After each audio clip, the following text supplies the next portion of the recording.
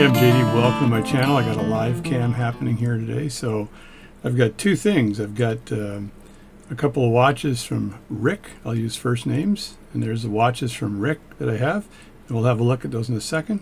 And then I did a very nice little dynamic test of this Seiko Quartz watch where I adjusted the, I'll say solenoid. I'm not sure exactly, but the solenoid on this watch. And it is running impeccably over a couple of days now. It's keeping very good time. If anything, it's probably 1 second a day fast, but that's pretty darn good. So maybe not for a quartz, but pretty darn good. So I think we're good with this watch now. So I can get this back to my friend Jim, because I think this watch is in good shape. The other watch, I'm going to wait for an NH35 movement to basically flip the movement on that watch, as opposed to spending a lot of time and trying to fix it. And I know that there's something wrong with the actual barrel and mainspring in that watch. So I'm going to flip the movement on that. I think it's going to be less expensive to do, as the movements aren't that expensive. So let's get along. Let's have a look at those watches that Rick gave me. The first Rick watch is an interesting watch here. So I opened this up last night. I received this in the mail yesterday. I said, oh, what a marvelous looking watch here. What is this anyway? And it looks to be a 17 jewel Lancaster. And the thing has no face. I said, what's going on here?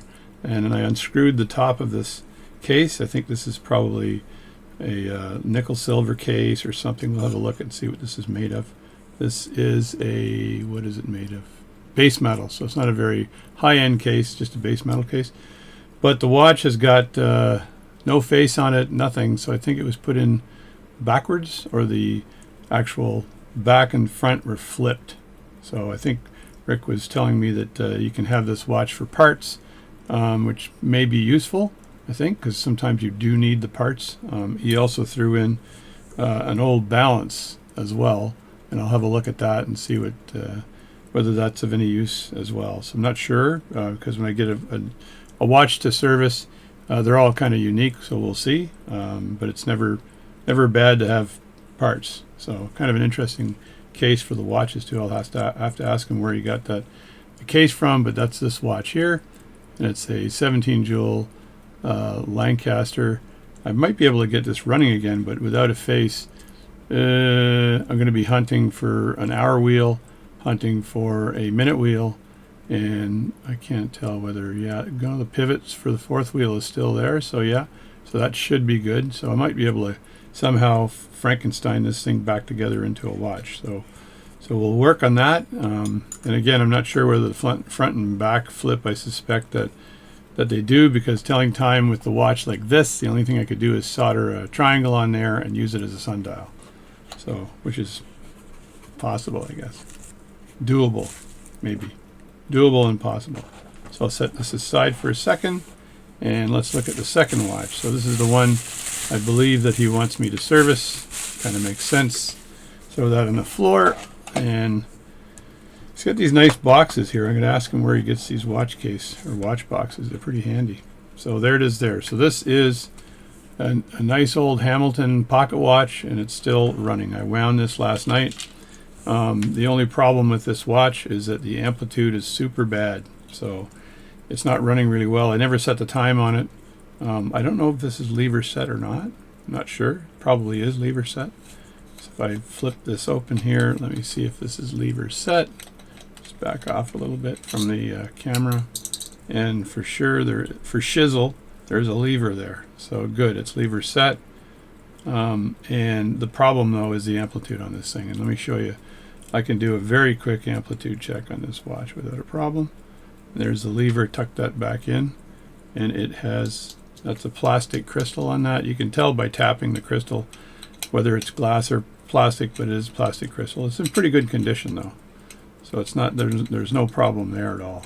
So now I'm just gonna put the face back on here with the bezel. Zooming in, zooming out problem. So remove the back of the watch here, and you're going to see a very nice movement. There's a dent in the watch here. I might be able to get rid of that dent if I try hard. It's I have tools where I can work a dent out. I'm not sure if I can get rid of that one. It's kind of a groove in the dent, but there's the watch there running away. So if I wind this up a bit more, you can see it's a 21 jewel Hamilton watch. And let's have a look at that. There we go. 21 jewel Hamilton Watch Company, Lancaster, Pennsylvania, double roller, adjusted to 5 positions, and the serial number is there. So it's quite a nice high quality watch. The case is, I think, a simple case. I don't think there's much with this case here. That's the case, railroad model, 10 karat gold. So it's not a high-end case. It's a Keystone watch case, but it is a Hamilton watch case, which is nice. It looked like someone else tried to get rid of that dent, I think, in the past. But it looks like they scraped it or something. I'm not sure. That's not good. Anyway, case be gone, case be not. So what I'll do is, or what I do is, I'll take a slow motion video of this balance, and let's see how well it's running. And Rick tells me that he's had this watch for almost 40 years. He used to wear it all the time, and it's slowed down considerably, or it's just not accurate anymore. So I'm just going to zoom in here with my phone and do a slow motion video on the balance. You only need to do it for a few seconds, and then play the video, and we'll see what this looks like. And there we go. And if you look at the swing and the balance, it's almost up to 360 degrees. That's not too bad, actually. But it probably could be a bit better than that. I'm not sure. We'll have to look at if it's magnetized. We'll have to look at all sorts of other things. I could demagnetize it and see how much better I could get the watch working. But I will do a diagnostics on this watch and figure out what is causing the amplitude issue on the watch. So that'll be my next project. I do have to work on today. I was going to work on repivoting the balance for my friend Tim's watch. So I wanted to do that repivoting job today. It's going to take some time to set myself up with the lathe and get all that up and running and working. I also wanted to fly my flight simulator today too. So I do have time, like I said, retired, so I can spend all next week working on watches as well. So hopefully my customers aren't in a rush, because I do need to have some fun time as well. So that's it for my quick update today. I want to thank Alex out there, and he knows who he is, and for actually all the videos he's made, and he made one on chasing amplitude, and I'm going to chase amplitude on this watch and see if I can get it a bit better. If I can get a better amplitude and perhaps a better beat error, then I'll probably have a better performance. Well, let me just plug this into my eTimer and see what it looks like. And so for my eTimer, I bought this from China, and someone just fabricated this, but what's it called? TGBC, and TGBC Electrics or Electronics. TGBC Electro something with Chinese on the end. So 2021, and this is the version 2 of it. So here they're emulating they've got the circuit in here to be able to put a pocket watch in here, and it swings pretty far back, and it's got, I believe, the piezo microphones in here, so I can actually put this in here like this, and when I plug this into my computer and reach over and get a USB port open here, and I use my Tobii eye tracker USB connection to connect this up like that, and you'll see that it is active, and I can start my eTimer and have a look at what it looks like. So as you can see in the corner right over here is a Hamilton 992. So I've got to look up the lift angle of a Hamilton 992. So I looked up the lift angle of a Hamilton 992 size 16, and it's 48 degrees. So if I flip this 51 to 48 degrees, let me see what I get here. 48 degrees. Right there,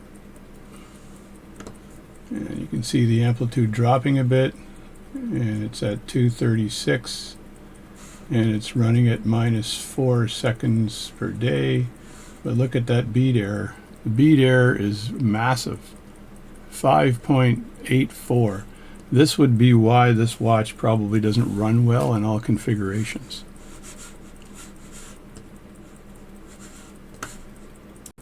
All right, there's the complete picture as it stands. So I've got the watch here with the dial up, and I can do a complete test on this. So let's just turn this off.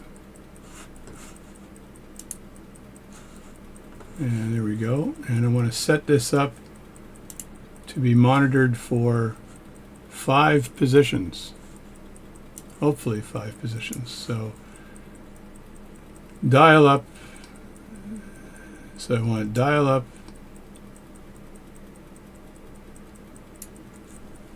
Let me cancel that here. See if I can set this somehow. Dial up. Old. There we go. Dial up. Pen it right. Pen it up. Pen it left. Dial down. So these are the positions I want. So I'll put that back in here. So we go dial up, pen it right, pen it up, pen it left, and pen it down. And I think we're all good. I've got this USB microphone here that you can see. It's too bad my camera doesn't want to focus properly here on this, but I'll just move this around until it looks like it's doing a good job. There we go, like that. And we'll see if I can get close enough of a video to this. So, and I've got my sampling rates done. I've got my trains at 18,000 vibrations per hour. My lift angle is 48%. Got on lock thresholds have been set, so all that's okay. I'll hit apply. It's funny, I've got to go hit apply on the right side of the monitor. Did I say hit apply right? Yeah, I did. Okay, so because you can see the mouse on the other side. I'm learning, I'm always learning. So there we go. So I think if I run this positional average, right? There we go. Place the watch in position, dial up. So it's in dial up right now. And it's stabilizing it. And I'm going to run it and dial up. And there we go.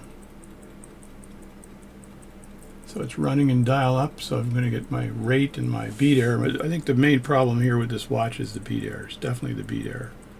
We've got some beat error issues, folks. And this will tell me when I've got to flip it. The amplitude looks pretty good right now, though.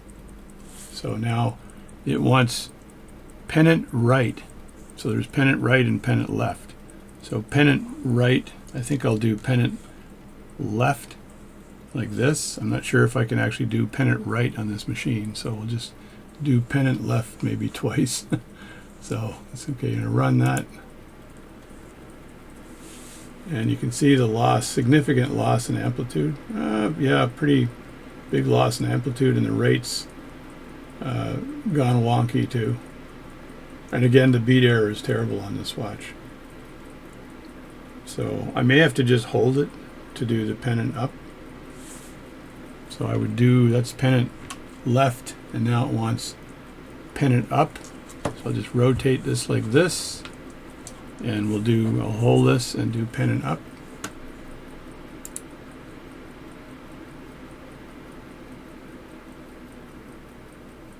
And again, pennant up is terrible. It's kind of stabilizing right now though, so it's not as horrible as I thought it was. The amplitude's still pretty high, and then pennant left. Now this is pennant right, so if I turn this around, it's still pennant right. I have to turn it like this and hold it. So I'm going to turn it like this and hold it. All right, so this is pennant left.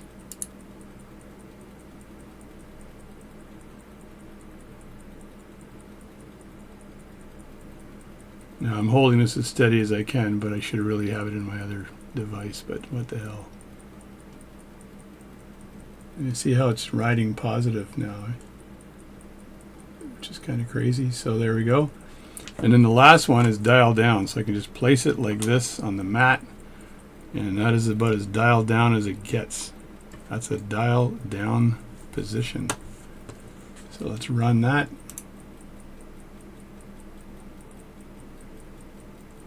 So dial down, and the amplitude's pretty good with dial down. Excellent, actually. And the rate is still all over the map, but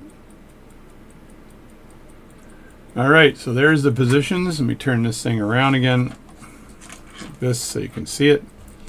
And what do we have? We've got dial up and dial down have a fairly the same amplitude, so 162 and or 262 and 270, which is not too bad.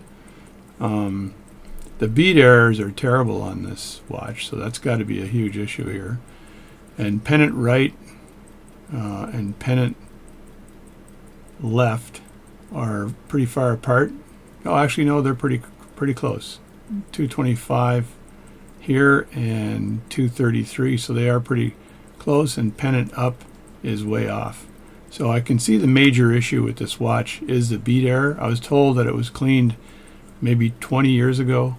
So I'm going to be stripping this down and having a look at every part of the watch. And I'll start off by looking at the mainspring and the wheel train and make sure I've got all my side shakes and my end shakes are good. And I've got pretty good, I've got no friction that's unnecessary here for this watch. So I'll just start diagnosing it from that perspective. Your average person would say, oh yeah, the watch is fine. Look, it's running at 264. The last shot here was by accident. It said plus 0 seconds per day, but I'm sure it doesn't keep that good a time. So we're going to try to get this a little bit closer to spec and see what I can do here to improve it and get that beat error corrected for sure, which will help it a lot in actually ensuring that the rates are a little closer together, not too far off, but in dial up and dial down, and in pennant up. So I'm being told, I think Alex wrote me and said those are the three positions, or maybe I think it was Mark that wrote me and said the three positions you're concerned with. If it's only been adjusted to three positions, would be dial up, dial down, and pennant up for a pocket watch. So, and pennant up looks like it's having a hard time at 208. So that's it for now. That's the video for now. So I might be working out this watch on Sunday which is tomorrow. So thanks a lot for watching my channel. Please subscribe to my channel. Please hit like, and I've got more videos a-coming.